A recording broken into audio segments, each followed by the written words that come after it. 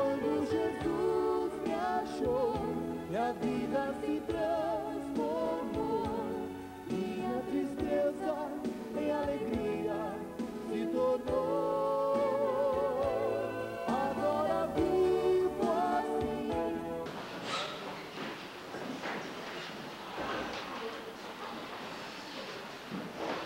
Que a graça e a paz do Senhor sejam sobre todos os meus amados irmãos. Amém. Principalmente na véspera e no Dia das Mães. Nossa presença aqui vai modificar um pouquinho o programa da igreja, certamente vai. Mas foi o único jeito, foi nós nos ajeitarmos nesse sábado e nesse domingo.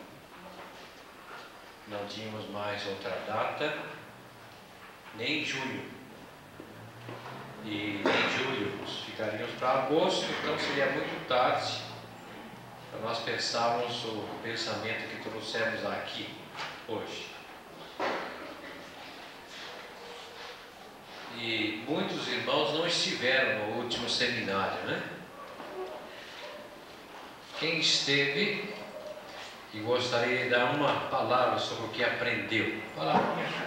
Palavrinha, não palavrão, né? Palavrinha bem objetiva. Eu aprendi isso. Quem aprendeu alguma coisa do último encontro? O assunto que nós tratamos.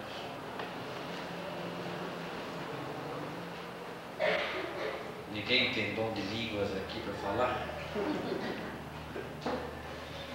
Todo mundo tem dom da audição só para ouvir, irmão? Eu ainda não fiz, mas eu aprendi que eu levei um pedido de perdão para uma pessoa. Ainda não fez, mas tem consciência que deve pedir de perdão a uma pessoa. E Deus vai dar essa bênção a hora certinha, né, irmão? O irmão da frente. Eu sei que o estudo foi direcionado no crescimento da igreja, né? O crescimento da igreja. Então, eu ouvi muita coisa, mas não foi básico ainda. E essa semana eu recebo mais ainda, né? Então, o Senhor tenha misericórdia, que o Senhor, de fato, possa me usar para que eu possa aplicar na minha vida o que eu ouvi, né? E nesse ponto, eu gostaria de dizer que vocês têm que ter muita paciência. Porque às vezes você ouve uma coisa na igreja e fica tão feliz, né? Parece menino em acampamento. E já quer praticar. Pratica um mês depois esquece. Não pratica mais. Não. Deus não quer isso. Deus quer que você se modifique de dentro para fora. A sua mentalidade de tal modo que a sua prática seja eterna. Seja para sempre. E não uma semanazinha só. Isso é bom que demore para praticar. Mas quando começa, toda a igreja sente que mudou. E a vila sente, daqui a pouquinho, o Guarulhos inteiro sabe que alguém está mudando alguma coisa, porque é assim que Deus faz. Mais alguém?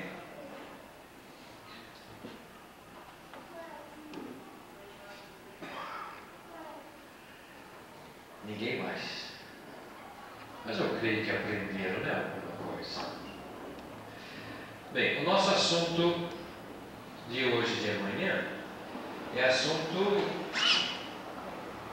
assim de muita profundeza bíblica, de muita profundeza teológica, de muita profundeza psicológica e quiçá eclesiológica. Eu ia falar sociológica, mas é eclesiológica, porque nossa sociedade aqui é cristã, nós estamos mexendo com o povo santo de Deus. O assunto família é um assunto difícil, muito difícil. No momento que nós vamos tratar desse assunto, nós já trazemos nas costas assim um jacar, um saco de preconceitos, de conceitos, de ideias, todas guardadas para nos prevenir. A nossa tendência quando se fala em família é sempre procurar a nos resguardar de possíveis ataques àquilo que nós julgamos a melhor coisa que nós aprendemos e vivenciamos em família. Ninguém gosta que ninguém mexa com o que é nosso. Então, quando se fala de relacionamento marido e mulher, o marido fica tudo iriçado, né? Fica nervoso, porque ele não quer que fale. E se a esposa declarar alguma coisa que a congregação imagine que marido que é, aí dela quando chegar em casa, leva um pito que não é brincadeira. E se o marido também tem a tendência de esclarecer alguma coisa, a mulher já dá uma cotovelada que deixa roxo. E ele já sabe que é para tomar cuidado. Nós cuidamos da nossa vida. Ninguém tem nada com isso. Nós cuidamos do nosso relacionamento. Ninguém tem nada com isso. Ninguém vive bem. Por isso, nós também não vivemos. Todo mundo tem um problema, por isso nós também temos. E nós vamos por aí, né? Como diz o nordestino, no dezembro estamos por aí, né? Cada um cuidando de si. A palavra de Deus não quer que a coisa seja assim, não. A palavra de Deus quer que haja mudanças. Porque se as mudanças são feitas através do ensino e da prática da palavra de Deus, nós seremos felizes. E ninguém nasceu para ser infeliz. Ninguém nasceu para brigar, para chorar, para viver embrutecido, para viver insensível, para viver triste, deprimido, doente. Ninguém. Nós nascemos para viver bem. Então nós vamos fazer o seguinte, hoje à tarde, trabalho com vocês um pouco da Bíblia e depois um pouco da ciência e terminamos amanhã com a Bíblia e a ciência juntos, procurando mostrar aquilo que Deus tem para cada um de nós. A Bíblia traz um texto particular que para mim é um texto-chave para que eu não abra a boca para me defender. Está na carta de Paulo aos Romanos,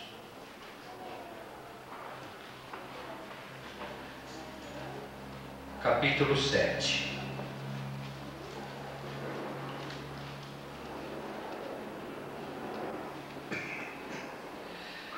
O capítulo 7 da carta de Paulo aos Romanos trata de uma questão muito importante na teologia bíblica, da união da nossa alma com Deus, da nossa vida com Deus. E a analogia dessa união, Paulo tirou do casamento. Tirou do casamento.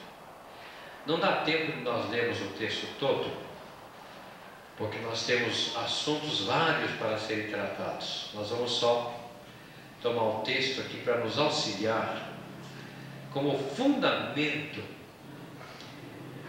de um comportamento que nós devemos ter a respeito da nossa particularidade, da nossa individualidade.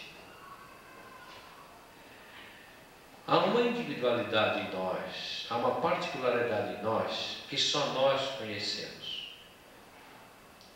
E Deus, como diz a palavra, Jeremias 17, primeira carta aos Coríntios, capítulo 1. Há uma particularidade em nós, há uma individualidade em nós, que a nossa família conhece. Primeiro nossos pais e irmãos, depois nossa esposa e filhos. E há uma individualidade em nós, e uma parte da nossa existência que todo mundo conhece.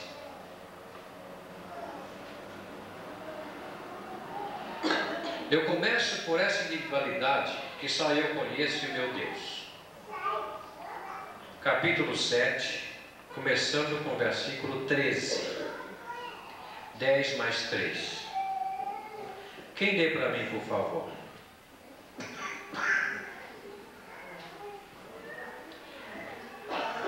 Acaso o bom se me tornou em morte? De modo nenhum.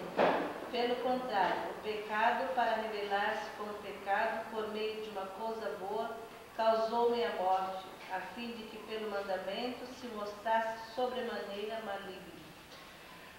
A lei diz: não adulterarás.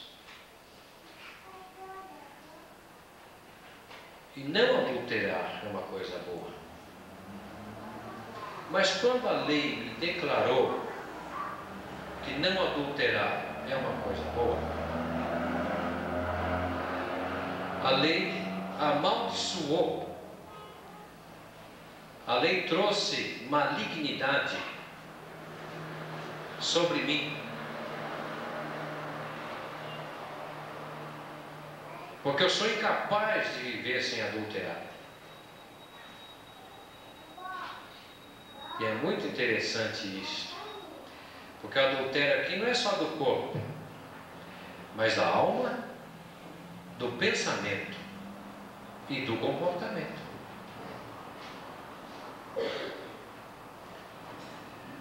Nós temos estatísticas que provam que 90% dos homens praticaram homossexualidade na adolescência.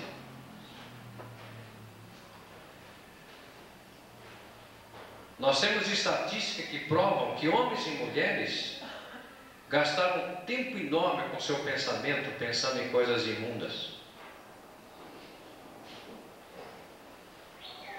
A estatística também é muito grande em mostrar e revelar que homens e mulheres se comportam mal para chamar a atenção dos outros. Tiram a roupa, põem roupa curta, apertam a roupa, suspendem aqui, abaixam ali, porque há malícia no ser humano. Até dentro das igrejas, essas coisas podem ser comprovadas. Pode haver estatística em nosso meio. Às vezes um irmão ou uma irmã querem se vestir muito bem, mas eles passam da medida do equilíbrio santo que Deus propõe no termo humildade, simplicidade. Sede simples como as pombas. E isso vai para o comportamento do ser humano. Então o apóstolo está dizendo, olha, de repente, um mandamento que é tão bom, dizendo não adultere, não mate, não adore outro Deus, ele se torna uma coisa ruim, maligna, porque eu não presto. Eu não sou capaz de viver sem a maldição desse mandamento. Agora uma voz masculina dentro do verso 14 ou 14. Porque bem sabemos que a lei é espiritual, eu todavia sou carnal, vendido à escravidão do pecado. Sabe que esse versículo aqui, ele devia ser decorado muitas vezes, né? A lei, na língua original, diz assim, porque a lei procede do Espírito, isto é, procede daquele que é espiritual. Foi Deus quem deu a lei. Mas eu sou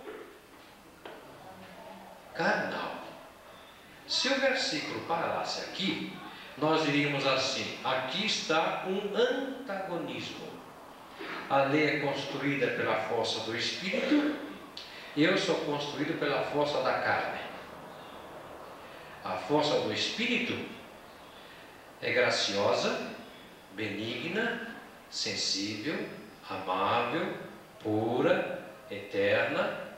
A força da carne é egoísmo, vanglória, poder, ira, discórdia e vai por aí. Mas como é que termina o versículo? Vendido à escravidão. além de eu ser carnal, eu sou vendido a quê? Escravidão do pecado.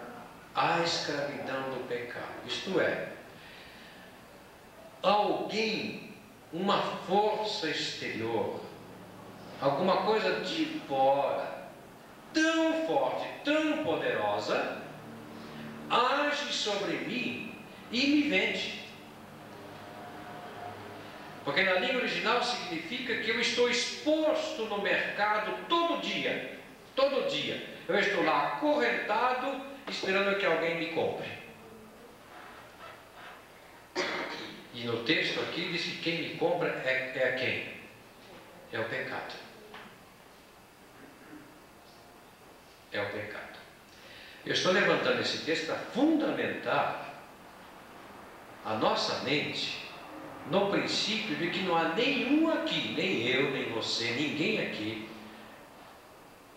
que tenha autoridade para dizer: eu não preciso ouvir palestra desse tipo, não, porque eu estou muito bem. Não, nem eu estou bem, nem você, nem ninguém, porque nós realmente trazemos uma força exterior que foge ao nosso controle e que está sempre nos vendendo ao pecado, sempre nos vendendo ao pecado. E o verso 15 que diz, agora uma voz feminina, né? Porque nem mesmo compreendo o meu próprio modo de agir, pois não faço o que prefiro, e sim o que detesto. Aí é uma coisa que eu tenho que prestar atenção. Olha, pastor, desculpe, mas a sua palestra furou, porque eu sou bom, eu sou sensível, eu sou paizão, eu sou mãezão, eu sou... Cuidado. Cuidado. Não confunda o fazer com o ser. Você pode ser uma pessoa que está fazendo coisas boas, porque você foi bem instruído, bem educado, ou porque você tem índole boa mesmo, graças a Deus. Mas longe de você pensar que você é uma pessoa ontologicamente, essencialmente boa. Pode ser que haja alguém que diz: olha, eu não preciso dessas palestras não, porque já venci tudo. Cuidado. Eu não compreendo meu modo de agir, diz o apóstolo Paulo. E eu digo a vocês como pregador, eu não compreendo muitas vezes meu modo de agir. Quando nós enfrentamos certas situações difíceis, na igreja, nas instituições, na sociedade, meus irmãos, se nós não pararmos para pensar um pouco e orarmos ao Senhor, sociedade, no serviço, temos que tomar todo e o devido cuidado para não agirmos. Porque há dentro de nós uma força incomparável. Ora, se é verdade que eu acredito na teologia bíblica que diz que as palavras boas edificam, eu tenho que acreditar na antítese de que as palavras más destroem. Estão me ouvindo? Está dando para entender? Se é verdade que quando eu falo com docilidade, com equilíbrio, com mansidão, as pessoas se edificam, também é verdade a antítese de que quando eu falo um palavrão, eu fico irado e eu imponho minha vontade, eu desconstruo a vida. E uma das razões porque nossos filhos estão desequilibrados é porque eles estão sendo construídos muitas vezes ao lado de pais que não estão falando palavras de edificação na quantia desejável, mas estão falando palavras pouco recomendáveis em quantia sobeja. Agora, a Bíblia aqui falou em Efésios 4, de palavras. Mas Paulo fala do quê? De palavras? Eu não compreendo o meu... O quê? Hã? Modo de agir. O que é isso? O que é modo de agir? Comportamento. E comportamento, na nossa matéria de hoje e de amanhã, é relacionamento. É o modo como eu me porto na igreja, é o modo como eu me porto ao lado da minha esposa, é o modo como eu me porto junto de meus filhos, é o modo como eu me porto lá no meu trabalho, na condução. Eu estou conduzindo no meu corpo uma mensagem comportamental. Quem é professor aqui já deve ter lido o livro O Corpo Fala. E o professor sabe por que o livro foi escrito? Porque embora a palavra seja um processo genuíno de expressão racional, o comportamento é um processo racional de sanidade mental. Estão entendendo? Aí atrás está dando para ouvir? Se a palavra é um processo de revelação do próprio ser, da sua entidade, o comportamento é a sua própria racionalidade. Quem se comporta mal não tem a razão boa. Está entendendo, irmão? Quem se comporta mal está doente aqui na sua cabeça, dentro da sua racionalidade. E o apóstolo Paulo diz: eu não estou compreendendo cada dia o meu modo de agir. Que luta miserável eu tenho. Lemos o versículo de número 15. Agora o 16, por favor, uma voz masculina. Ora, se faço o que não quero, consinto com a lei, que é boa. Se faço o que não quero. Eu dou a mão palmatória a quem? A lei. O que a lei diz?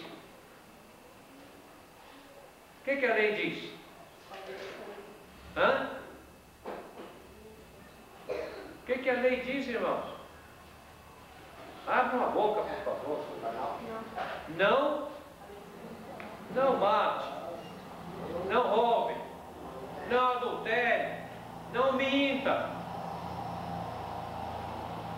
Cada vez que eu erro, a lei dá a risada. Olha só, eu falei, não presta mesmo. É cachorro, é sem vergonha mesmo. Sabia? Por isso que eu estou aqui, ó. E o pior é que quando você ouve a lei gritando no seu ouvido, viu só, safado? Você fica a consciência carregada, e daí, em vez de pedir perdão e se acertar, você esconde e começa a adoecer. E quando começa a adoecer, começa a apertar a esposa, apertar os filhos, depois vai arrumar outra mulher na rua, você vai arrumar outra mulher não sei onde, porque aquela já não presta mais, mas não é o problema dela, é o seu. E uma das coisas mais graves que eu vejo é que isso que Paulo fala não nasceu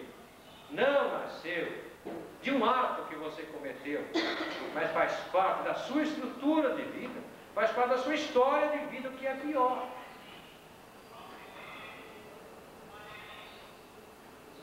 Eu consinto, eu digo para a lei, pode dar risada de mim, pode gritar, não tem jeito mesmo, não é? Bem, vamos ver o texto que diz. Agora o verso 17, uma voz feminina. Neste caso, quem faz isso já não sou eu, mas o pecado que habita em mim. Ai. Neste caso, quem faz, quem é que faz? É o pecado. O pecado sou eu? Não. que é o pecado então? O que é essa hamartia? O que é isso? É uma força exterior que se agasalha onde? Onde? Dentro de mim. Vai tocar a minha vontade, vai tocar o meu querer, vai tocar a minha decisão, vai tocar toda essa estrutura da minha vida, de tal modo que já não há mais separação entre essa força exterior e aquilo que eu faço e o meu comportamento. Tanto que a Bíblia vai me chamar do quê? De pecador.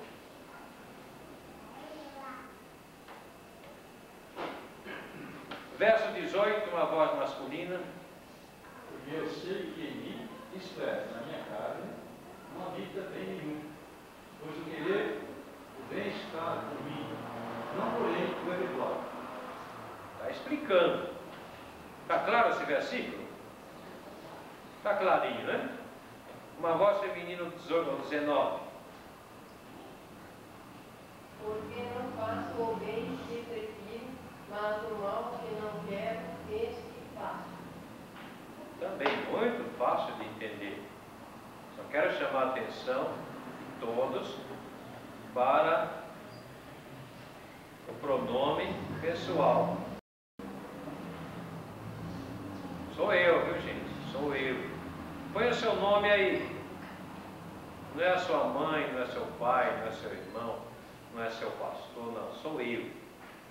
O problema está nessa relação do bem que eu quero fazer e não consigo, e do mal que eu quero rejeitar e sempre pratico. Sou eu. Verso 20, uma voz masculina. Mas se eu faço o que não quero, já não sou eu quem faz. Sim, o pecado é comigo. Interessante, né? Mas que coisa. Entenderam bem esse texto? Ai, Senhor, tira isso dentro de mim, não é isso que nós oramos? Essa força exterior que está dentro de mim, mas tira esse negócio e pronto, acabou. Eu fico bem, só passo bem. Fácil, não é? Como é que é, irmão? Quando Jesus nos salva, por exemplo, o pastor prega aqui no púlpito, ele cansa de pregar. Jesus perdoa o seu pecado, né? Perdoou. E agora? Estou livre. É assim? Mas que coisa triste, pastor. Eu me converti, me batizei, estou aí na igreja, contribuo, canto, pulo, danço. E de cada vez em quando dou uma pisada na bola. Como é que é? Vocês estão entendendo? Ora, se eu estou querendo fazer o bem, não faço, e de repente pratico o mal, não sou eu que estou praticando o mal, é o pecado. Mas o problema é que a Bíblia diz que o pecado está dentro de mim. Como é que eu faço então para tirar isso de dentro de mim? Qual o segredo?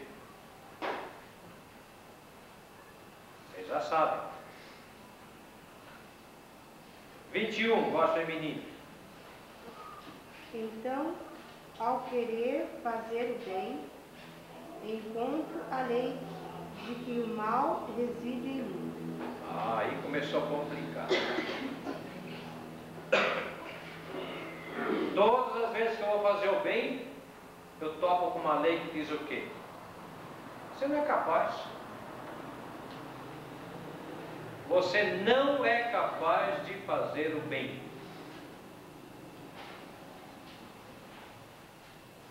Não dá jeito, irmãos, de fugir. Verso seguinte, na voz masculina.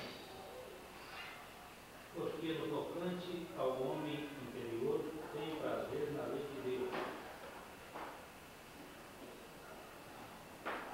Continue, irmão, lendo o 23. Mas vejo nos meus livros outra lei que, guerreando contra a lei da minha mente, me faz prisioneiro da lei do pecado, que está nos meus membros. Então agora ficou explicado. Quando eu aceito Cristo como meu Senhor e Salvador, Deus Deus me dá o poder e a graça de fazer o bem.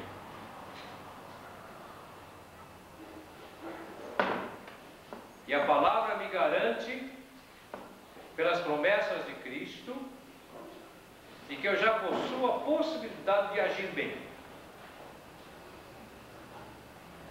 E lá dentro de mim já existe poder atuando em mim, me encaminhando, me impulsionando para fazer o bem. Só que nos meus membros ainda residem as forças exteriores que me conduzem a fazer o mal.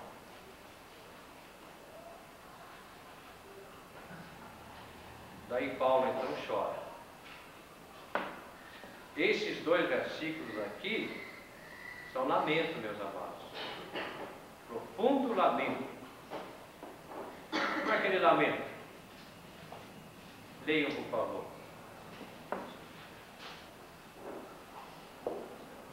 Desventurado homem que sou, quem me livrará do corpo desta morte? Graças a Deus por Jesus Cristo, nosso Senhor, de maneira que eu, de mim mesmo, com a mente, sou escravo da lei de Deus, segundo a carne, a lei de Deus. Desventurado homem que sou, quem me livrará do corpo desta morte? Há várias interpretações desse texto. Eu gosto de 2. Primeiro, a metafórica, de que o castigo que a cidade grega dava aos criminosos era pendurar a pessoa morta nas costas do criminoso. Amarrava bem amarrado e o cara tinha que andar com o morto nas costas até apodrecer e cair.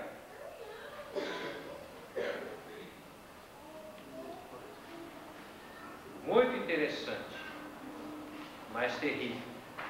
Não é, pastor? Essa é uma interpretação metafórica muito interessante, porque os gregos faziam isso em uma das cidades cristinho, cidade filosófica, que ninguém era ensinado a matar ninguém, todo mundo ensinado a fazer o bem.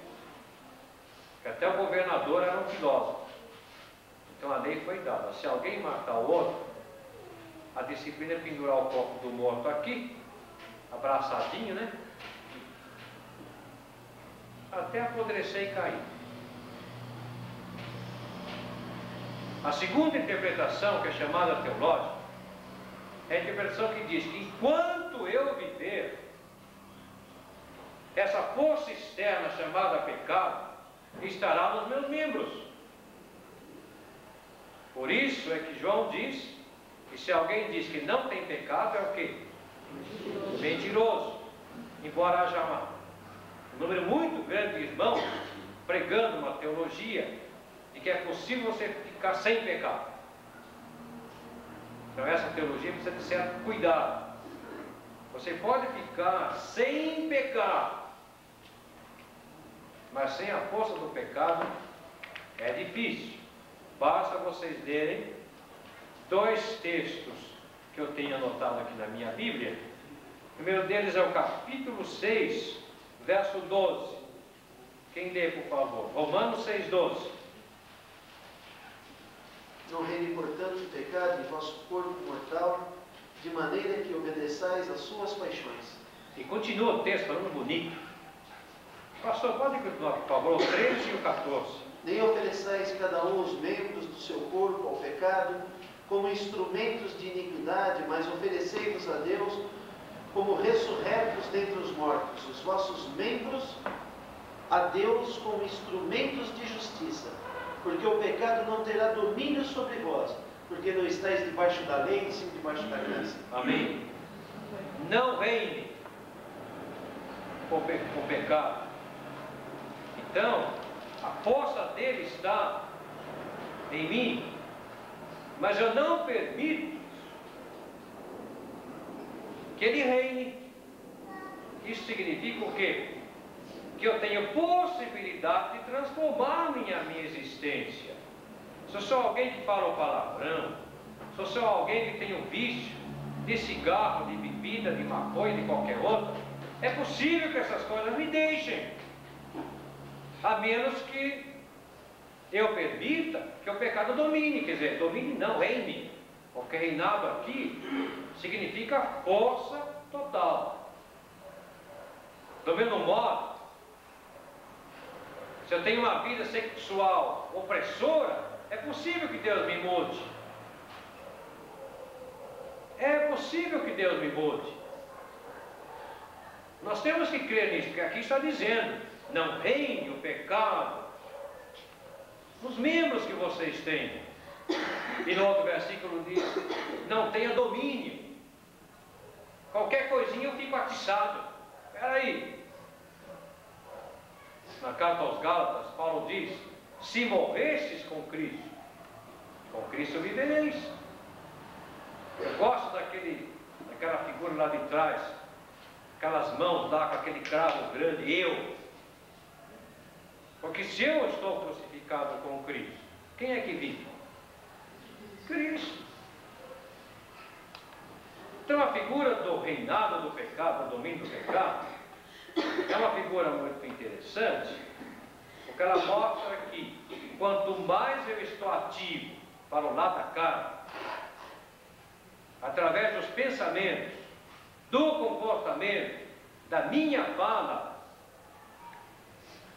eu estou mais à mercê do reinado, do domínio, do governo, da atuação dessa força poderosa chamada pecado, dessa instituição que Satanás colocou no mundo. Mas Paulo diz o quê? Não ofereçais os vossos membros, porque são os membros o problema, são as partes do corpo o problema.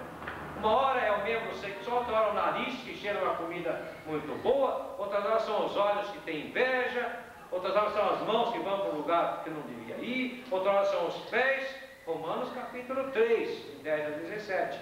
É o corpo todo a ideia. O corpo apodrecendo de AIDS, isto é, de HIV. Já viram a ideia como fica? É uma coisa maluca. Pode ir lá na praia que vocês veem. Você fica chocado. Que é um monte de ferida, de podridão, imunda. Apodrece nariz, apodrece boca, apodrece os membros genitais, apodrece tudo. É um mau cheiro que tem que lavar até a parede depois que a pessoa morre.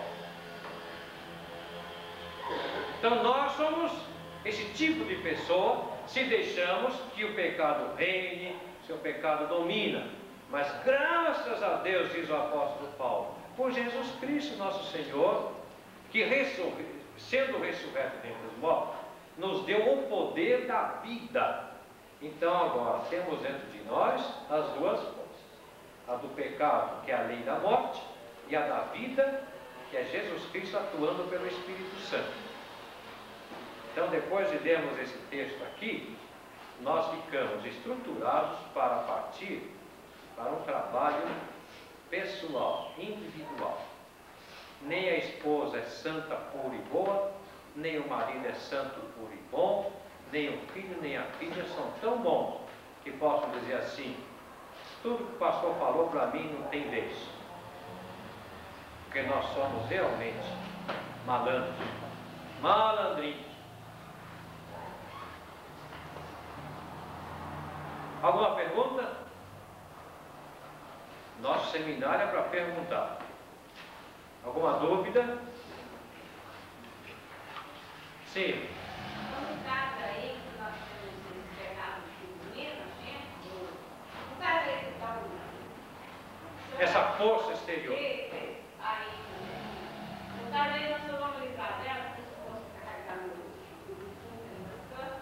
caso aí nós vamos livrar dela depois que nós batemos, né? É isso? É. Não tem jeito. Não tem jeito. O que Jesus disse quando chamou a irmã? Jesus chegou e falou para a irmã assim, se você quer vir após mim, tome cada dia o quê? A sua irmã, a sua cruz é você mesmo. A minha cruz sou eu mesmo. Aqui está o Espírito Santo, por Paulo, dizendo o que é essa cruz. Por que a igreja tem que reaprender a vivenciar a Bíblia? E nesse caso o pastor tem que trabalhar muito com os presbíteros. Porque a igreja vive muito mais de preconceitos do que da vida da palavra. Por isso é que dentro da igreja, de repente, só existe santo. Aparece uma moça cara de boi para correr. Não presta, se sujou. Bem, aparece lá um irmão lá que tem um problema lá no trabalho, roubou uma peça, ladrão, manda embora. E ó, tem irmão que estica o dedão mesmo, né? Manda embora, pastor. Aqui não é lugar dessa gente. Olha, que beleza, né? Tem um dedão apontando e 3 botando o nariz dele assim. Mas não sabe. Como se a igreja realmente, nós somos santos. Mas por que somos santos, irmãos? Com méritos? Porque a força exterior do pecado já não está mais em nós? Não, nada disso. Somos santos porque temos a unção do Espírito Santo de Jesus Cristo. Por isso somos santos. Graças a Deus.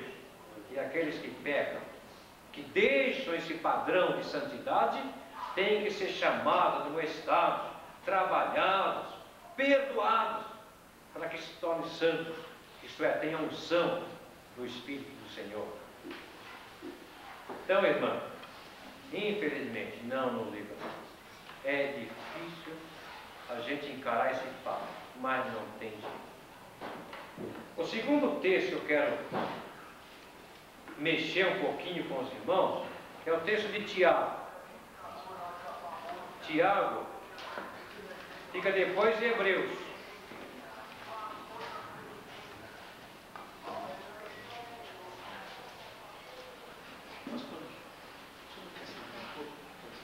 Não, eu não sei falar sentado.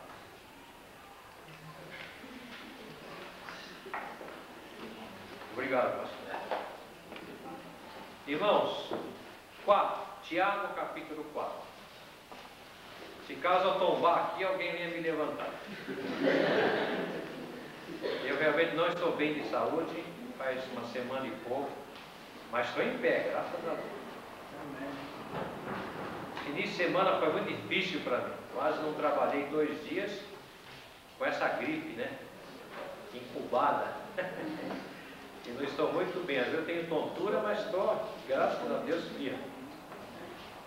Capítulo 4 de Tiago. Tiago fica depois de Hebreus. Na minha Bíblia é lá pela página 233. E outras Bíblias eu não sei. Não é muito fácil achar Tiago, né? Esse nosso irmãozinho é difícil. Capítulo 4. Todos acharam? Amém. Verso 1, leia um homem, por favor, uma voz masculina. De onde procedem guerras e contendas, e há de vós? De onde serão os prazeres que militam na vossa carne? Quer dizer, hoje a gente está sendo carnudo mesmo, né? Porque Paulo falou tanto da tal carne, dos ossos de carne. Agora Tiago volta a falar. Mas que coisa triste. Eu queria ser fantasma, não gosto. Era melhor ser fantasma, né? Se converte, vira fantasma, né, irmã? Mas não dá. Como a irmã disse ali, dá, mas não dá. É carne mesmo, viu? É carne mesmo. O que Tiago está dizendo? De onde? De onde eclodem? De onde emanam? O quê? Ei, que coisa. Entre quem? Entre vós. Paulo falou do eu. Tiago fala de quem? De vós, da comunidade. De onde? De onde que procede? Do quê? Dos prazeres. É interessante pensar nessa palavra prazeres, porque foi traduzida em outra versão como paixões, não é? Mas na língua grega, a palavra significa das forças que atuam.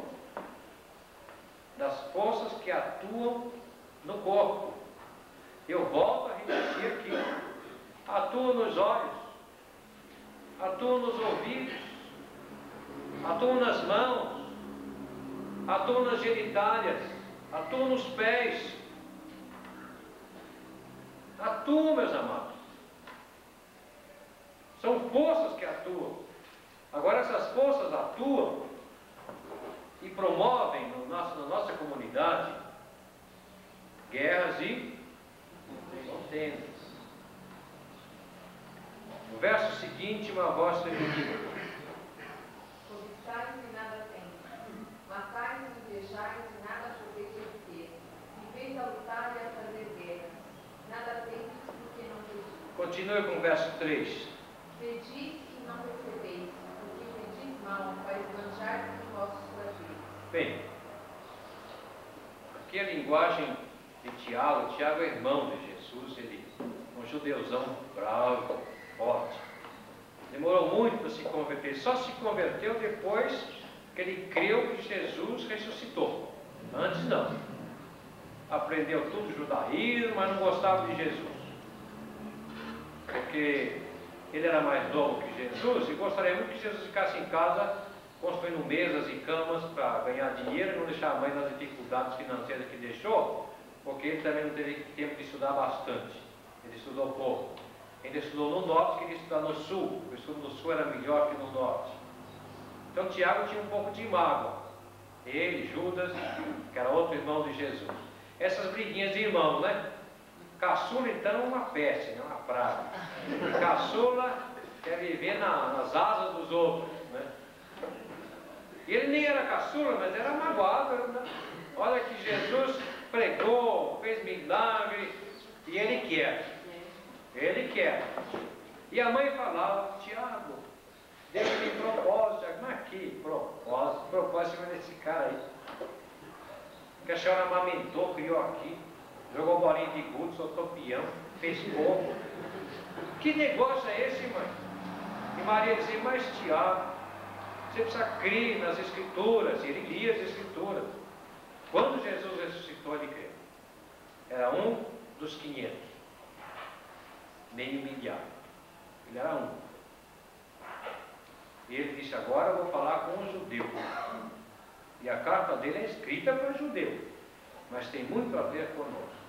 Ele diz assim: olha, vocês ficam lutando, mordendo, arranhando uns aos outros, para possuir. Eu gosto de pensar nesse texto de Tiago pelo argumento psicológico. A ciência psicológica nos ensinou que o egoísmo que nós todos carregamos como força externa do mal, ele se expressa de várias maneiras. Há muitos tipos de egoístas. Há até aquele egoísta que dá tudo o que tem. Que coisa interessante, pensou nisso? Ele é tão egoísta que detesta tanto a si mesmo que dá tudo o que tem. Não faz quando de andar maltra filho, pobretão, meio sujo, desde que os outros andem bem. E ainda bate no peito dizendo: olha, está vendo só? Eu não sou egoísta. Ele é mais que os outros.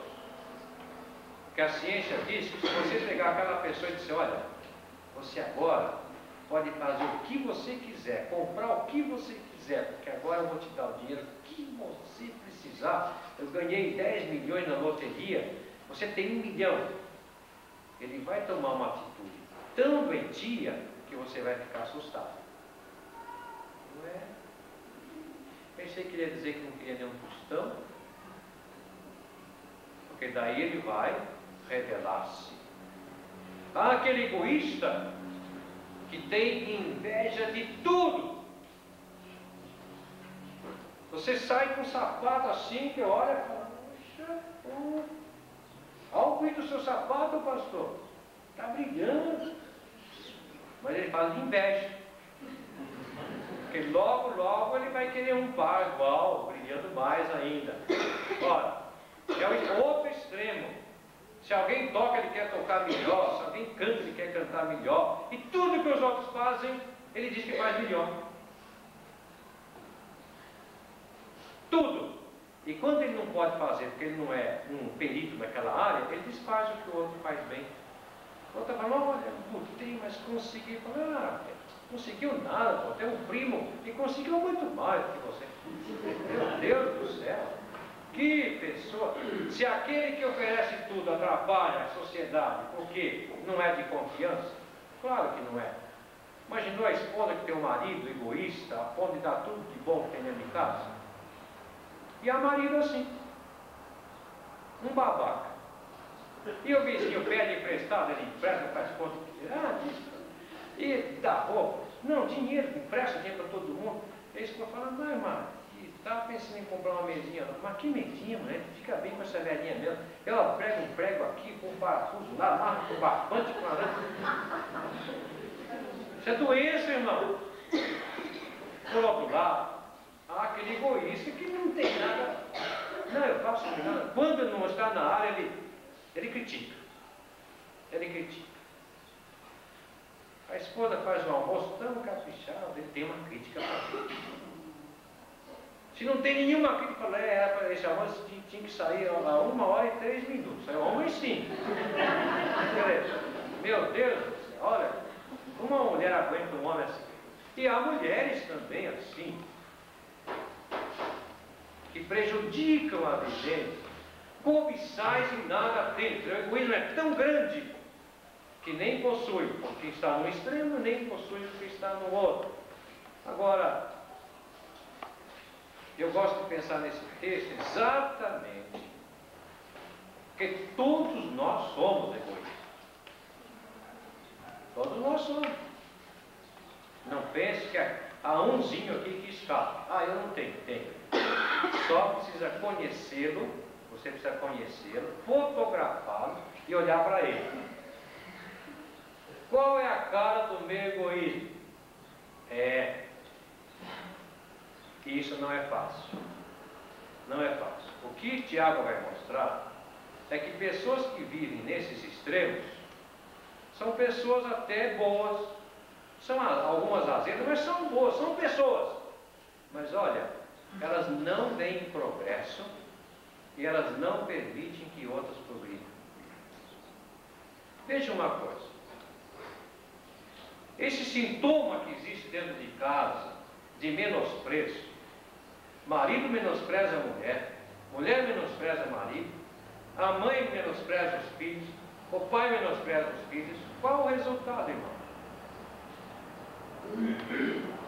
Quantas mães dizem para os filhos assim, você não presta, você não sabe, os pais são piores, você não tem, você é um incapaz. Quantas vezes nós estamos tendo esse discurso, sabe o que acontece? Nossos filhos não vão progredir. Não vão progredir, porque há neles uma maldição, a maldição do desprezo. Daí, a doutrina da maldição é séria, sim senhor, quem diz que não? Você pode rejeitar como a Neuza Etioca prega e a equipe dela? Pode.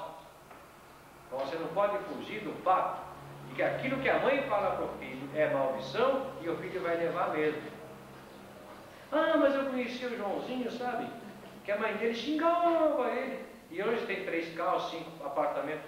Meus irmãos, não estou tratando do Joãozinho. Estou tratando do vós aqui. Tiago fala do vós. A cobiça que está trazendo para nós um certo prazer, ela não deixa progredir. Ela corta a possibilidade do nosso progresso.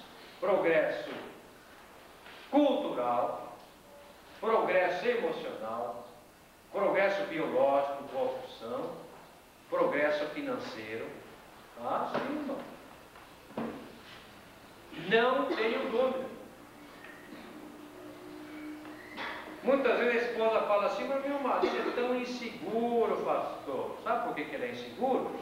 Porque os pais jogaram na cabeça dele toda insegurança. Você não é capaz, você não presta, você é fraco. Essa maldição pega. E ele vai ser mesmo.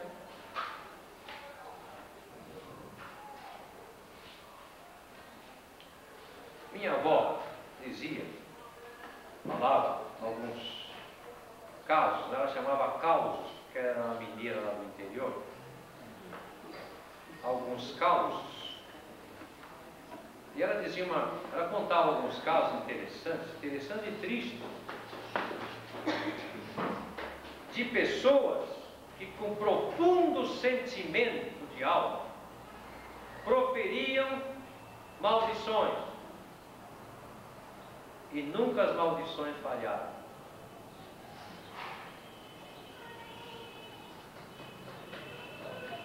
Ela contava o caso de uma mãe que, não querendo que o filho se casasse com uma moça de cor, a mãe disse: meu filho, e ela disse chorando, eu quero ver você embaixo de um automóvel e não casado com essa moça.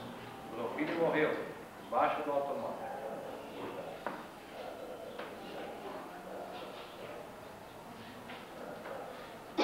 E muitos casos que a gente ouve. Daí você diz assim: mas pastor, sabe que não, o diabo estava sentado, ouviu para lá? Bem, é fácil dizer que o diabo faz tudo isso, não é? Eu fico livre, mas não é verdade, não. Nós temos uma força aqui dentro que vocês não conhecem. É uma força tão grande que, se ela for movida por sentimentos profundos, ela pode fazer uma planta secar. E há muitas pessoas que fazem. Se você soubesse mover a sua energia, você faria como Origuel, você dobraria a mulher, faria assim, pode crer que faz. A ciência diz que faz. Eu fiz muitos testes de forças interiores, e nós temos forças interiores mesmo.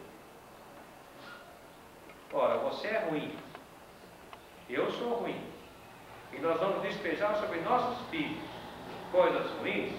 O que vai dar, irmãos? Faça a conta. Coisas ruins, mais coisas ruins igual a porcaria, maldição.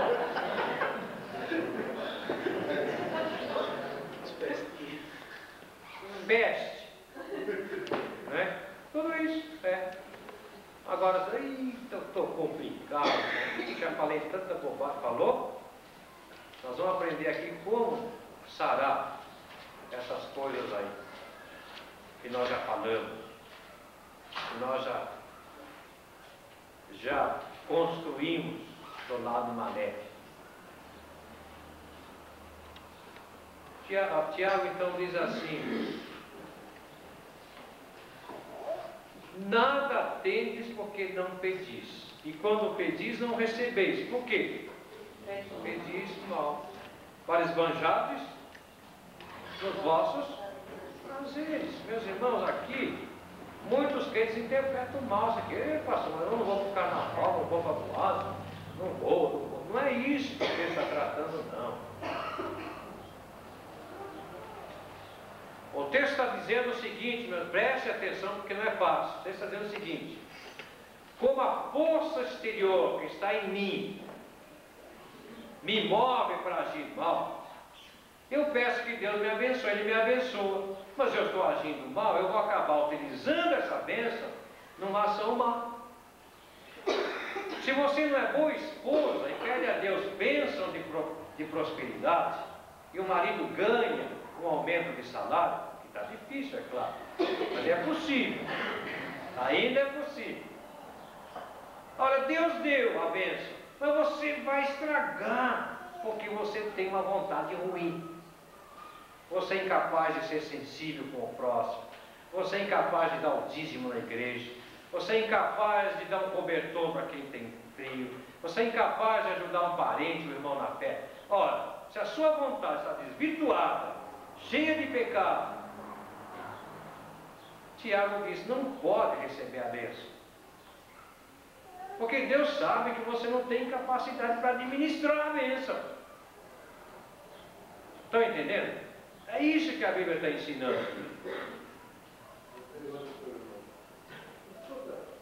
Essa igreja universal, eu sou incrédulo. Eu me considero uma pessoa incrédula. Tem muita coisa que não acredito comigo. Talvez a minha incredulidade não deixe eu ver. Esse bate-boca que eu vejo ali, uma lá faz uma oração lá, abre um escritório de pastor lá, já tem um carro dela, já tem uma casa, já tem uma loja, já sarou a doença, tudo no bate-boca. Pô, sério? Ou eu sou infiel, ou a pessoa é crente primeiro? Em primeiro lugar, o bate-boca não é para todo mundo, não. Aliás, é para um cunhadinho que às vezes não dá nem para botar na mão, tem que ter uns 2 dedinhos. Segundo, as forças movidas na IURD, na Igreja Universal, são forças muito interessantes para determinadas pessoas, não para todas. E essas pessoas, se viessem aqui com a mesma força interior que têm, e conseguissem acoplar essa força com pedido e com orações e com a comunidade atuante, receberiam a mesma bênção. Então recebe não é porque foram para a IURD, mas que elas têm dignidade e quando pedem, recebem. E é interessante a gente pensar nisso, mas precisa tomar cuidado, porque lá não são todos que são abençoados. Aliás, a maioria não é. Mas entenderam o que o texto está dizendo? Não é uma questão aqui de eu pegar, de repente, o pedido que eu fiz para usar mal. Não. É que eu mesmo, dentro de mim, não tenho capacidade para agir bem. Isso é bem duro, mas é verdadeiro. Versos 4 e 5. Quem lê, por favor?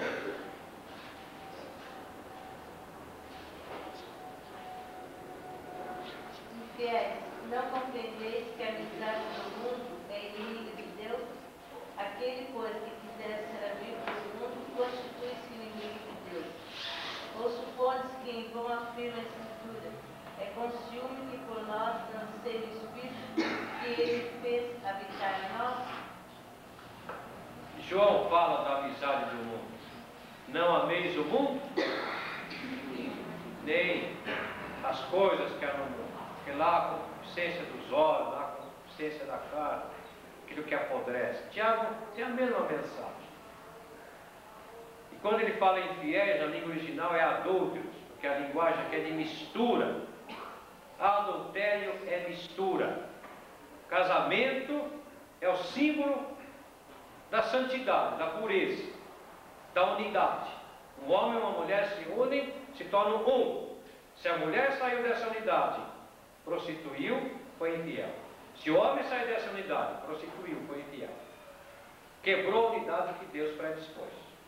Nosso casamento tem uma figura que se assemelha à Trindade Santíssima. Não existe Deus, existe Deus.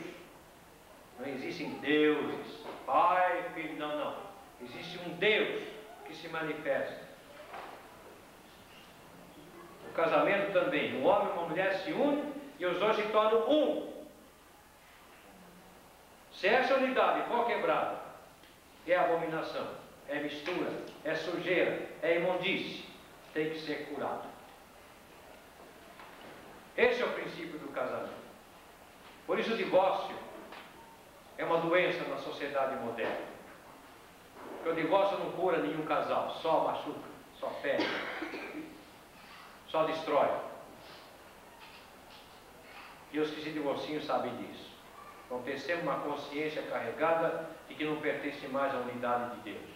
Porque essa unidade expressa no casamento é a analogia que Deus colocou no mundo para revelar na família como ele é. E aqui Tiago está dizendo exatamente isso: adúlteros,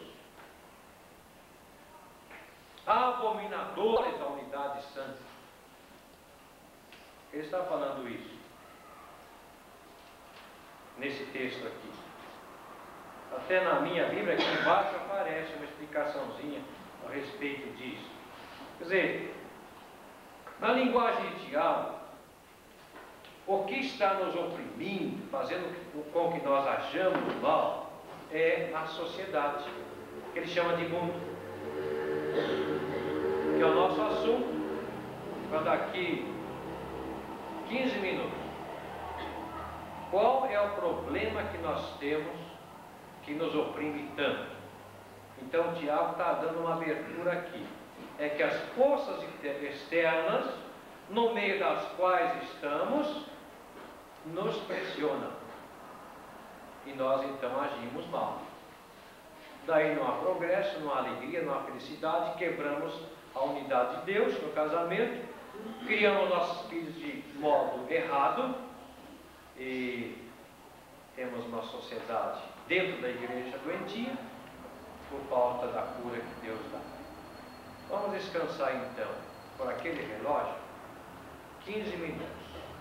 10 para 5 voltamos, aí vamos até 6 horas, quando para prostituídos, isto é, infiéis, porque estamos deixando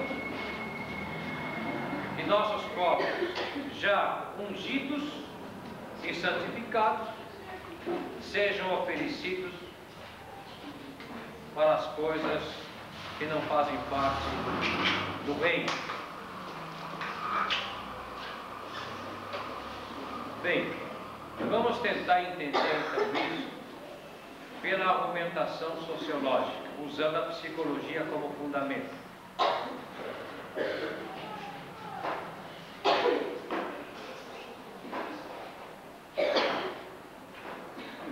Indivíduo.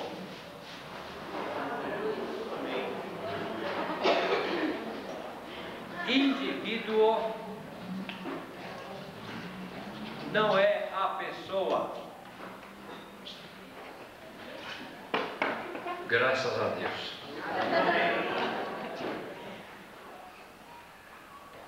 Indivíduo não é a pessoa, não é o João, José, Maria, Tati.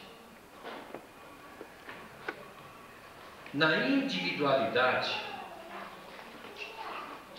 você é conhecido pelo seu nome. Na sua individualidade. Na sua identidade. Você é uma instituição. Você é um todo complexo. Você tem uma mente que a torna racional, animal racional, que compreende as coisas, que nomeia as coisas, que faz diferença, juíza as coisas. Uma coisa é pequena, é grande, é preta, é branca, é bom, é ruim. Você está na sua mente. E você tem algo mais, que inclui vontade, sentimento, atitudes, que é chamado alma.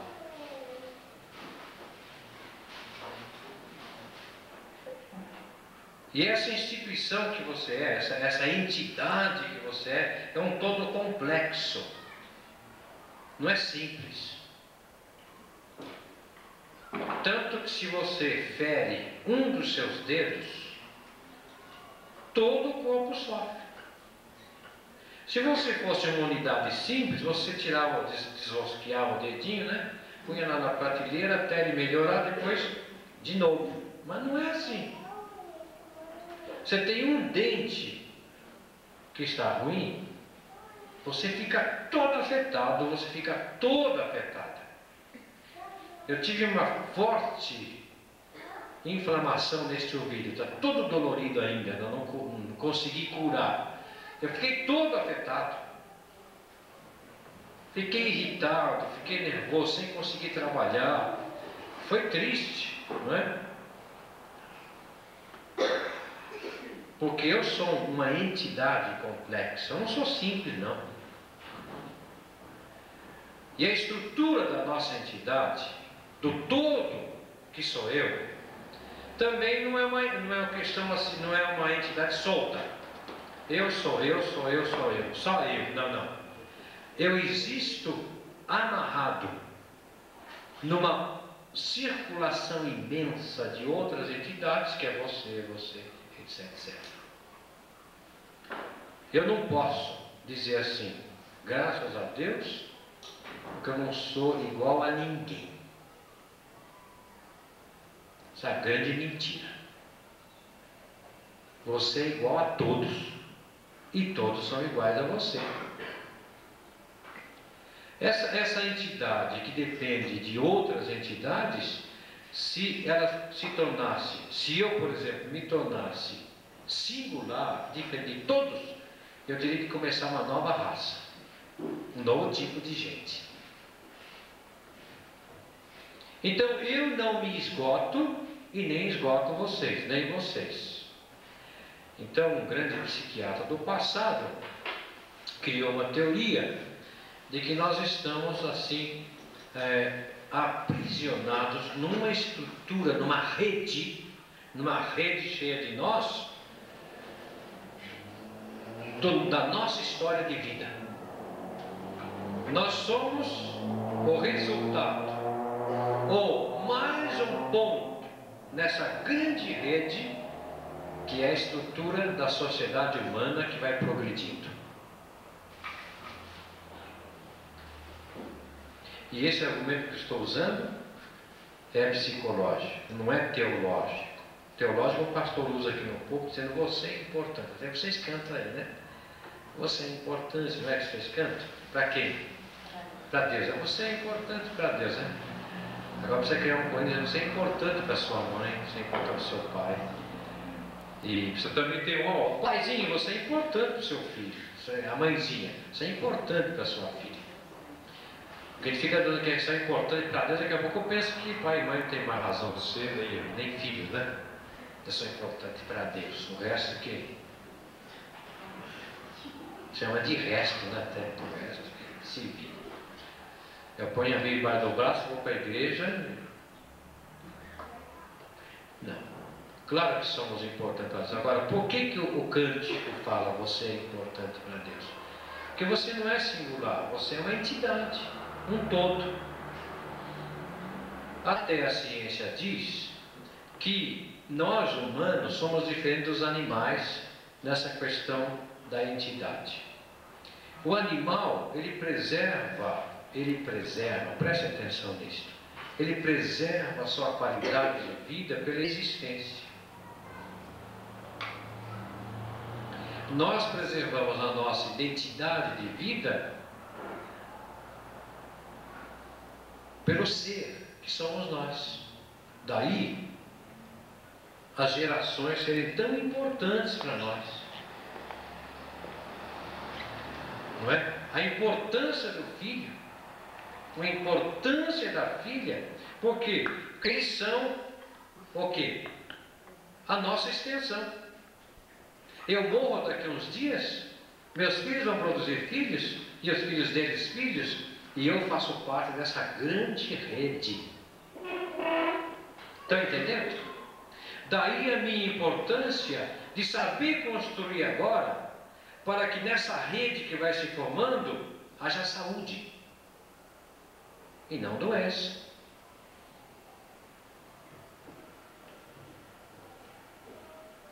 Então nós vamos trabalhar um pouquinho esse negócio aí, que é um pouco difícil, mas acho que dá para entender.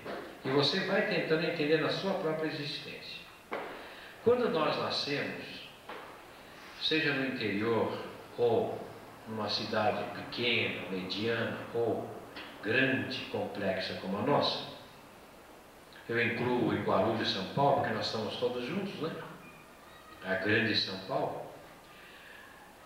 Nós emergimos, né, num grupo social.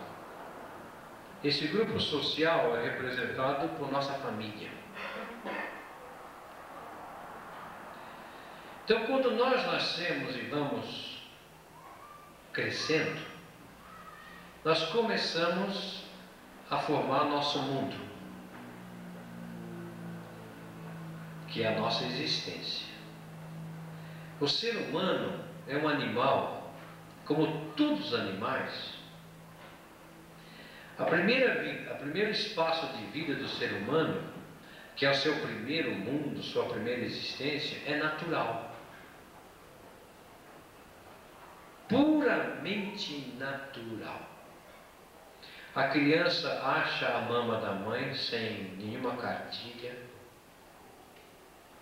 A criança chora quando tem fome, não precisa ninguém corre no despertador para ela acordar para mamar, ela chora. Ela gosta de ficar nua, toda criança gosta de ficar nua, não pôr roupeira. Até hoje em dia, graças a Deus, as crianças estão livres. Eu mesmo tenho a impressão que se eu fui com meus irmãos, eu ficava igual um charutinho assim, até 8 meses de idade. Podia rodar no chão assim que ia bem. Bem durinho. Hoje em dia é tudo diferente, graças a Deus. Porque também esse tipo de coisa também cria traumas e complexos. Tipo de veste. Tudo natural. Tudo. Não é? Até quando vai isso? Isso vai até 6 meses, 7, 8 meses de idade. Porque a criança começa a formar silhuetas, figuras, fotos, depois de 3 meses, 4 meses. Até lá é tudo vulto. Você não consegue pôr na cabeça que um é cara da mãe, outro é cara de pai. Mas pai e mãe até demora, né? Bem, à medida que nesses primeiros meses a criança age naturalmente, ela está no meio de um mundo que age superficialmente. A nossa superficialidade está alicerçada na nossa fala, no nosso comportamento e no nosso relacionamento. Preste atenção. A fala é um mecanismo superficial. Os linguistas não me xinguem agora, porque linguista não gosta que fale assim. E tem razão, eu também fiz linguística e lá eu aprendi que a fala é o primeiro grande fenômeno da formação humana. Eu não concordo, mas eu aprendi isso. A fala é superficial. Agora é bom também que se comece a pensar aqui que não é qualquer tipo de fala que é superficial. A comunicação natural, ela não é superficial. Mas uma criança até 1 ano, de 8 meses a 1 ano, ela não faz diferença entre o superficial e o natural. Tudo que a mãe faz com ela é natural, para ela. Quando chega aos 8 meses, que ela poderia falar e ainda não fala, porque se falar seria perfeita, que é a idade ideal para a criança falar, é de 6 a 8 meses, mas o ser humano não consegue. Ela aprenderia qualquer língua em poucos momentos. Quando ela começa a fazer diferença, por causa do discurso da mãe principalmente, ela começa a notar a superficialidade. Alguma coisa está errada. Porque se ela está mamando no peito, ela morde. As mães que estão aqui sabem disso. De 6 meses para frente, já costuma dar uns apertozinhos na ponta da mama e tem mãe que chora de dor. Ainda mais quando a praguinha tem dentinho já. Brincadeira. E ela começa a notar uma certa superficialidade, porque até Freud diz que nessa época, né, o prazer da criança é a boca. Então, quem é freudiano já leu, já aceitou, tudo bem. Quando a criança começa a assimilar a superficialidade, isto é, alguma coisa que não é mais natural, ela começa então a criar um mundo superficial.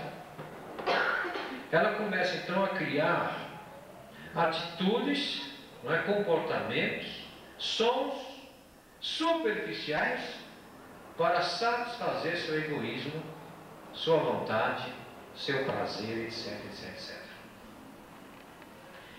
Então é engano nosso pensar que a gente começa a educar a criança na escola. É um leve engano, mas tão fundamental que está atrapalhando a vida da família. Na verdade, a criança começa a ser educada no ventre da mãe. Se a mãe é nervosa, tem que parar. Se a mãe fuma, tem que parar. Se a mãe bebe, tem que parar. Se a mãe tem um marido bruto, ela tem que pôr para fora o cara, perto, longe dela. Se ela tem um marido gritão, põe para longe. Deixa ele dormir em casa só da meia-noite às 2 da manhã. Se ela grita muito, pare. Porque no ventre a criança está recebendo toda a carga de comportamento da mãe. Quando nasce, além do parto ser ruim, porque a criança já tem revolta para nascer, ela já nasce deformada. Porque mais cedo ela vai criar mecanismos superficiais para a autodefesa. Há muitas mães que descobrem na sua psicologia as malandragens dos filhinhos tão novinhos, né? Pequenininho é malandro. E mãe sabe. Porque é a psicologia materna. Então preste atenção. Muito cedo o ser humano então começa a formar um mundo superficial. A palavra superficial, ela significa, assim, de modo simples, o que está fora da superfície. A linha tangente que separa o mundo natural do superficial é tão frágil que não dá para a gente delinear certinho. Tem que prestar atenção. E eu creio que os pais e avós que estão aqui vão caminhando comigo para descobrir nos filhos, nos netos, o que aconteceu. Bem, nessa idade de 8 meses, 1 ano, 1 ano e pouco, quando a criança começa a criar a sua superficialidade, o seu ser, numa dialética interessante. O que ela vê, ouve, com aquilo que ela tem dentro chamado vontade. Como é uma idade de exploração de mundo, ela quer pôr a mão em tudo, derrubar tudo, quebrar tudo, etc. É ela que enfia dedo na tomada e quer acender fogo, põe dedo no fogo, tudo. Como é uma época de exploração tremendamente evoluída, quando a criança quer explorar tudo o que vê e o que ouve, ela tem um mundo que se deforma mais pela proibição, que é chamada na linguagem científica de coibir, né? Coibição dos seus atos. Então, diz a ciência que a mãe fala 735 vezes no dia não, para uma criança de 1 ano até 1 ano e meio. Não pegue, não faça, não é hora, não coma, não beba, não. Quase 1000 vezes no dia. Agora vocês diriam assim, mas então era para a criança obedecer, né? Tanto não na cabeça, meu Deus do céu. Por que não obedece?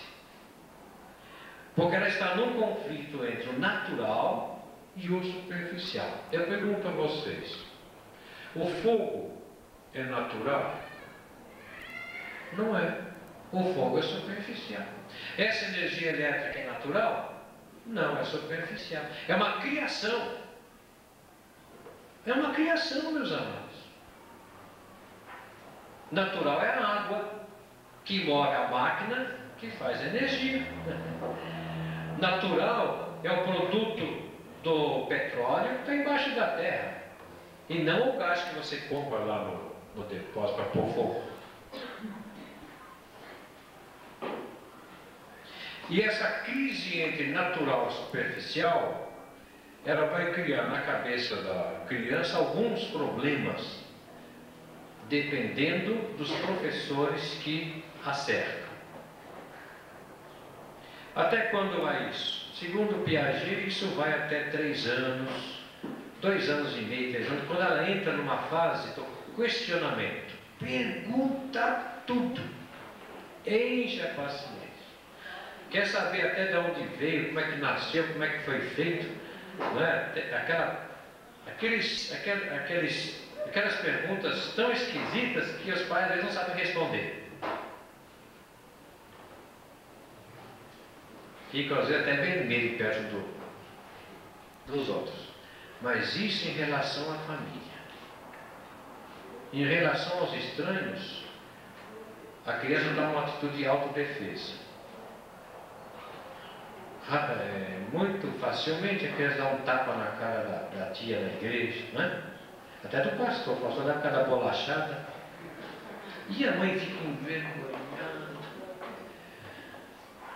Porque ela já aprendeu a julgar com o que é natural, o que é superficial. Ela já optou pelo superficial. Eu me escondo no natural, mas me revelo no superficial. Então eu questiono meu pai, questiono minha mãe, eu bato na cara da minha tia, eu brigo quando eu quero um brinquedo, eu brigo quando eu quero doce. Pode-se dizer que é uma idade muito engraçadinha, muito bonitinha para criança, mas é trabalhosa. Piaget disse que isso vai até 6 anos e meio, 7 anos.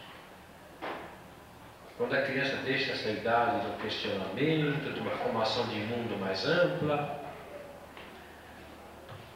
para entrar numa idade assim de estrutura humana. Até os 7 anos a criança é maleável, você educa, mas dos 7 para frente já não dá mais não. Ela já armazenou todos os códigos que precisa para viver. Todos.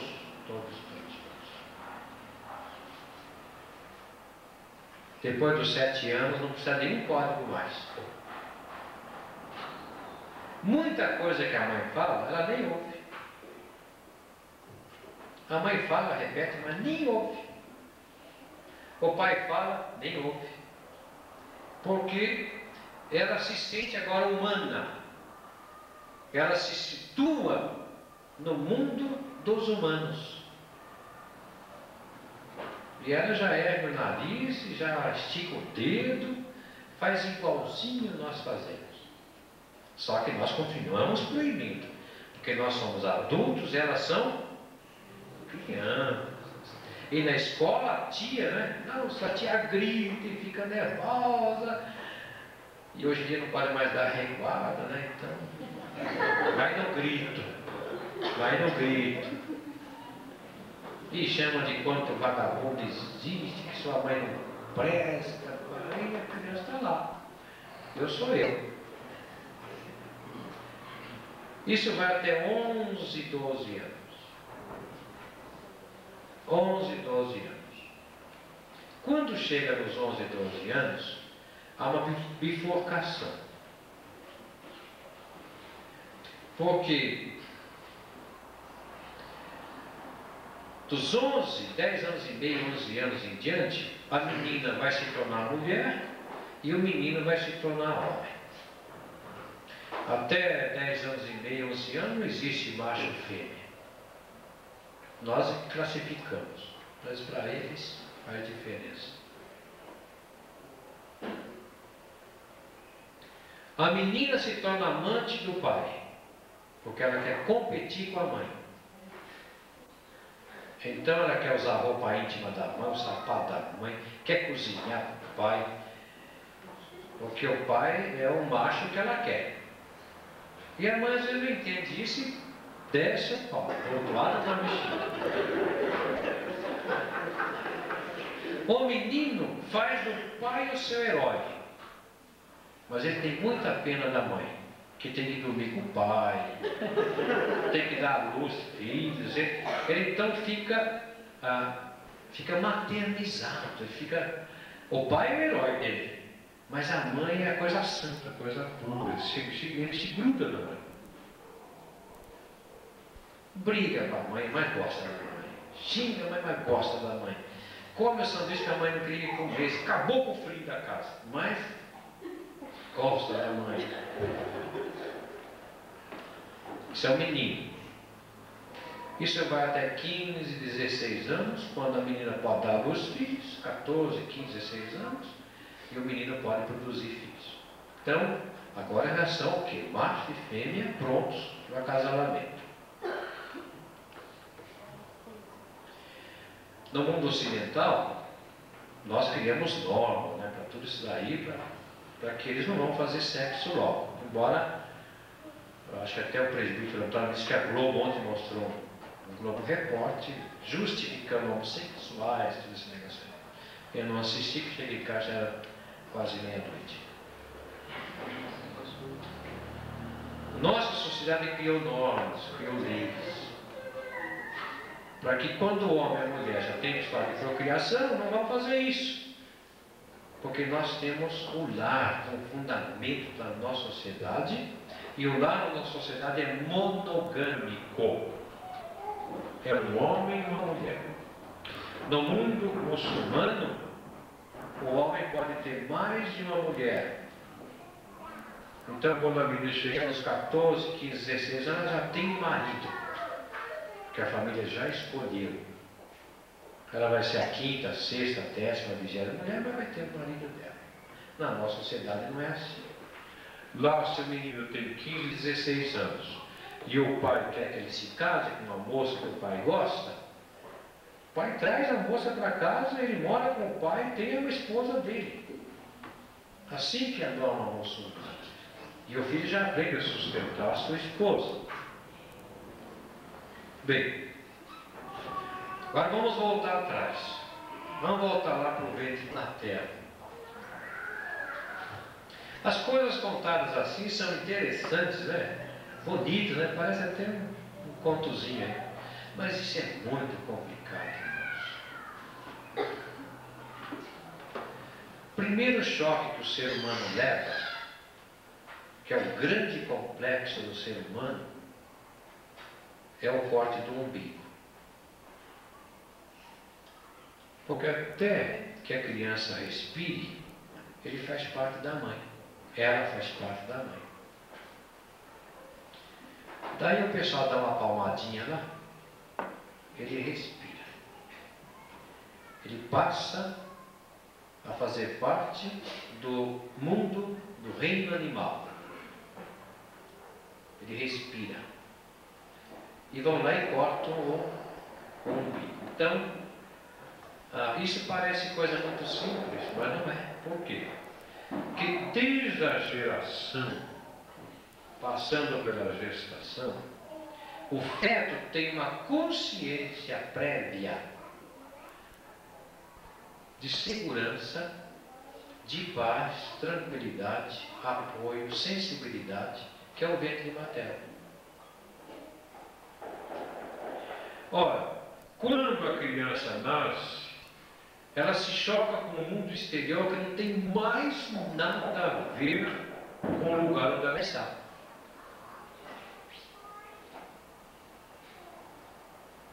A respiração é um choque terrível para a criança. Porque o ar vai entrar todo corrompido aqui em São Paulo, aqui em Guarulhos, vai entrar arrebentando tudo quanto é espaço que existe.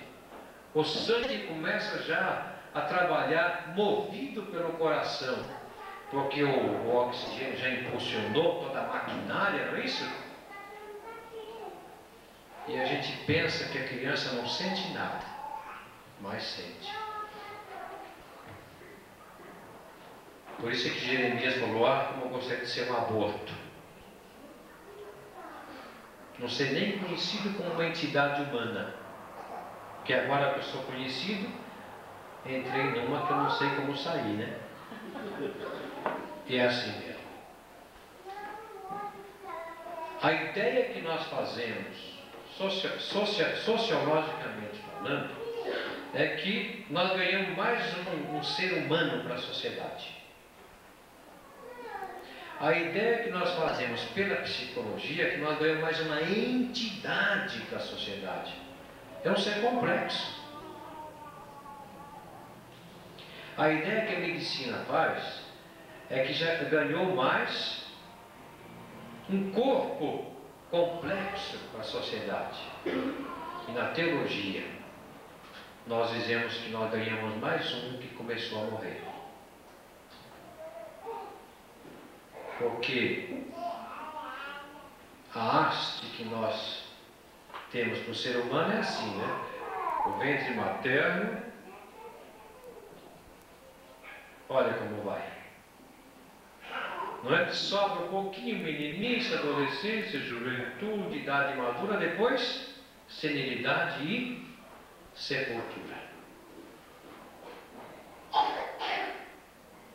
Nós começamos a morrer no dia em que nós nascemos. Em pecado, em corrupção, eu fui formado, fui concebido. Desde lá comecei a morrer. Veja a maravilha do Evangelho. A proposta do Evangelho é pegar você que está morrendo cada dia que passa e dar vida, para que você tenha a vida eterna.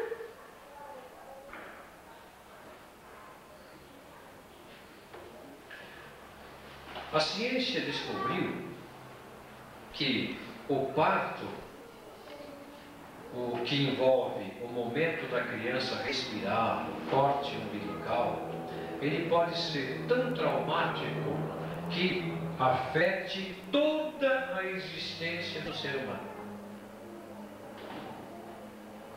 Isso significa o quê? Se a mãe é reacionária no parto, como eu conheci alguma na minha vida, que maldizem a gravidez, porque não estava no tempo, não estava na hora, não queria, precisa trabalhar, etc, etc. Se o parto não é um parto feliz, um parto em paz, se os médicos e as enfermeiras não são bons, se o modo de pegar o feto não é sensível, isso pode afetar toda a existência do ser humano. Daí a gente pergunta, mas ele tem consciência disso? Não tem, mas afeta. Por exemplo, há uma tese defendida hoje na Inglaterra de que as pessoas inseguras, elas o são desde o ventre. É uma tese que prova, através do exame feito em mães, de que aquelas mães estruturadas, equilibradas, sensíveis, tinham bons maridos, elas tiveram filhos, na hora do parto bem cuidados, etc., tiveram uma reação de vida completamente diferente. E a ciência fez exame em mulheres, sem que elas soubessem, mulheres nervosas que fumavam, bebiam, mulheres que não queriam filhos, etc., que também foram tratadas em hospitais mais pobres, desprovidos de cuidados, de higiene, etc., cujos filhos tiveram graves problemas de insegurança, de medo.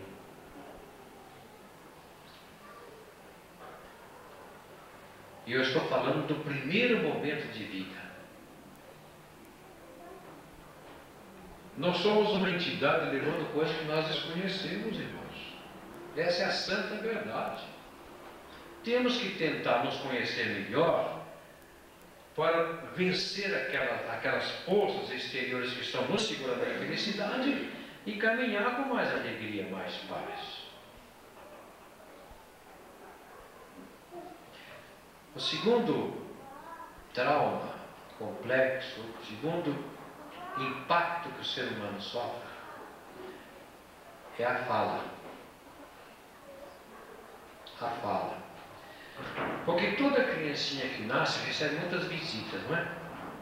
E todo mundo que chega fala, não fala?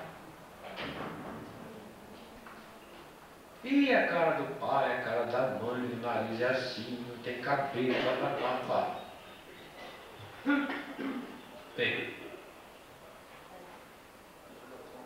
daí nós dizemos assim, a criança não está gravando nada. E tá. e tá. Não grava a mensagem, porque ela não tem essa capacidade, ela grava o som. Se a pessoa chega e a pessoa sensível fala assim, bem calma, né? Olha, mas seu filhinho é tão bonitinho. Mas você imaginou aquela comadre que chega, não! É a sua cara! Olha. Entra por aqui e vai para dentro. Vocês podem imaginar, inclusive esse trabalho está sendo feito hoje nos Estados Unidos e na França, através de um aparelho que eles estão criando pelo computador, que é a reação neurológica de uma criancinha de 1 mês de idade diante dos sons. Começaram com o rato, a coitadinha do rato sempre pagou o pato antes. Agora estão começando com o ser humano, para ver que muitas vezes, quando uma pessoa fala alto, perto de uma criança de 15 dias, ela mexe os dedos. Porque uma das maneiras da criança ouvir é pelo tapa, pela mão, assim, tocando. Ela não tem um ouvido, ela é muito desenvolvido. Mas o som entra. E é interessante que começam aí as forças exteriores.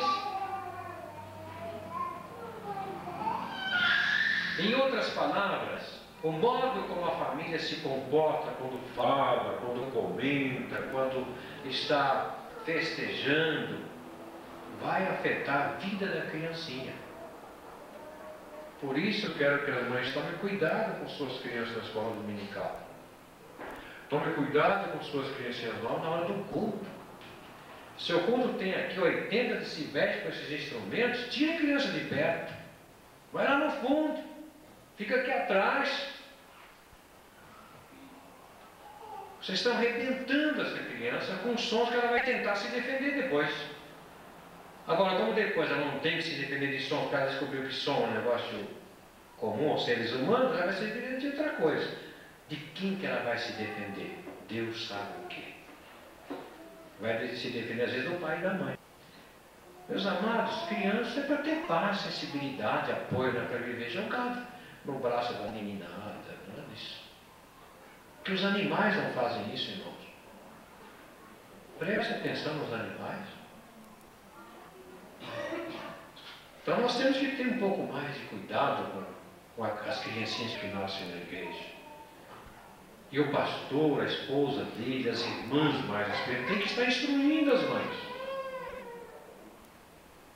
Porque as mães não sabem, meus irmãos. Imagina uma igreja com 150 pessoas batendo palma. Já pensaram? A criança pensa que é a Revolução Francesa. Estão derrubando a Bastilha. Ah, pastor, preste atenção no que você veio aqui. Isso vai afetar toda a estrutura neurológica da criança. Olha, irmãos.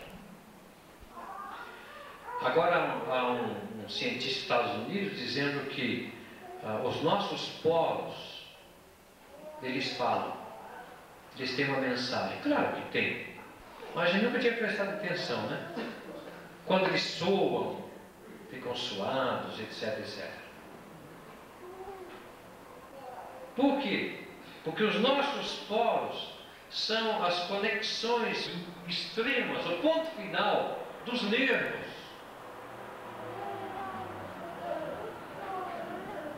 Então até o toque que se dá em criança tem que ser um toque diferente.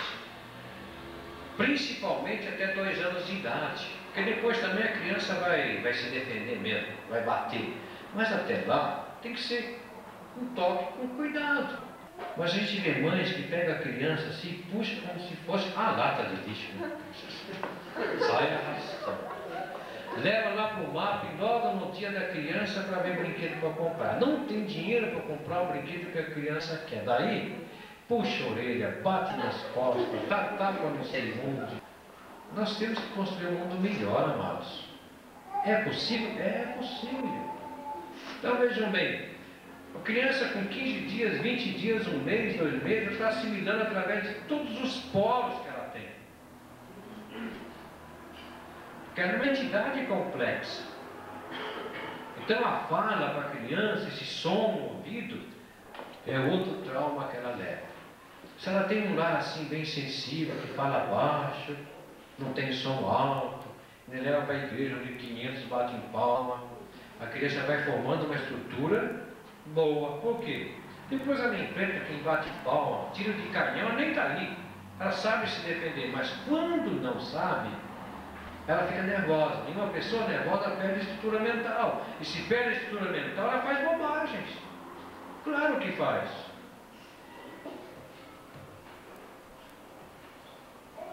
Terceiro grande trauma. E primeiro foi aquele momento do nascimento, né? Segundo, a fala, a voz, o som. Terceiro é o vulto, é o tamanho. Quando a gurizinha começa a enxergar, vou ver cada monstro perto dela. Porque ela não sabe se aquele é homem, mulher, pai, não sabe. Mas cada monstro, vulto gigantesco que foge da naturalidade. Bem, em que isso afeta a criança? Isso afeta que vai formar nela um medo de existência. Um medo de existência. Sem saber, ela vê, né, aquelas mãos gigantescas assim, né? Aquele baita rosto, que ela não sabe o que é isso, né? Que pega a criança. Porque a coisa que a criança, nessa hora, ela tem de aconchegante, é só mesmo a hora do mamar, a hora do banho. Isso é mais aconchegante. É o mundinho dela. Mas aquelas pessoas gigantes, aquele monstro que está perto dela, e às vezes um montão de gente assim, aquilo vai criando nela uma opressão. E vai para dentro. Vai lá para dentro.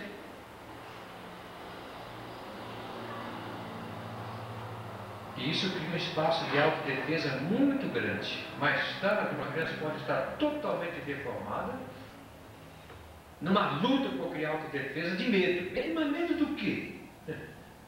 Tem medo. Agora, há jeito para isso? Não há. Claro que não. Por quê? Porque as crianças são cercadas pelos adultos. Mas a ciência ajudou a criar certos mecanismos que facilitam. Por exemplo, as meninas ganham boneca, não é? Palhacinho, não é? Os meninos ganham cachorrinho, Mickey, ganham. Que tamanho são eles? Do nosso tamanho? Não, que tamanho? Para formar uma mente equilibrada. Eu sei que vocês sabem disso, mas eu estou reforçando aqui para que vocês se despertem que essas coisas são importantes. Hoje, por exemplo, não há diferença entre mulher e homem. Viu uma moça com essa calça aqui? Calça jeans. Calça jeans é de todo mundo, é homem, mulher, todo mundo usa calça jeans. Hoje a mulher se assenta de qualquer jeito. Senta com perna aberta, senta em cima do calcanhar. Não é? Mas é tão diferente hoje a sociedade, não é? O perigo é nós deformarmos essa sociedade por causa da falta de cuidado maternal. Maternal, o que eu digo? É da criancinha, viu? Não da mãe. Da idade maternal. Quantas mulheres são infelizes no casamento? Porque são insensíveis. Ela não sabe fazer carinho no marido. Quando namora, só sabe beijar. Fica meia hora grudada no beijo. Mas não são carinhosas. Há homens iguais. Beijo. Mas não sabe fazer um sexo direito. Não sabe ser amigo da esposa. Não sabe fazer carinho da esposa. Tem alguns que têm a mão tão esquisita e pesada que a esposa nem gosta de fazer carinho. Que estraga a pele, machuca, deixa roxa. Meus irmãos, isso vem lá de baixo. Isso vem lá do fundão da vida. E o pior é que com o passar dos anos, Mas nem querem fazer mais carrinho. Acabou. Só 5 primeiros anos, né? Depois nem carrinho tem mais. Temos que curar isso. Isso cura-se lá de baixo. Agora, vou usar esses 20 minutos para dizer que nós vimos o primeiro problema criado na hora do nascimento, corte umbilical, os cuidados, etc. Isso é grave. Isso é grave. A gente olha para esses meninos de favela, lá na nossa igreja, uns 30, 40. O menino de favela com 10 anos, ele é um marginal, um bandido, sabe tudo.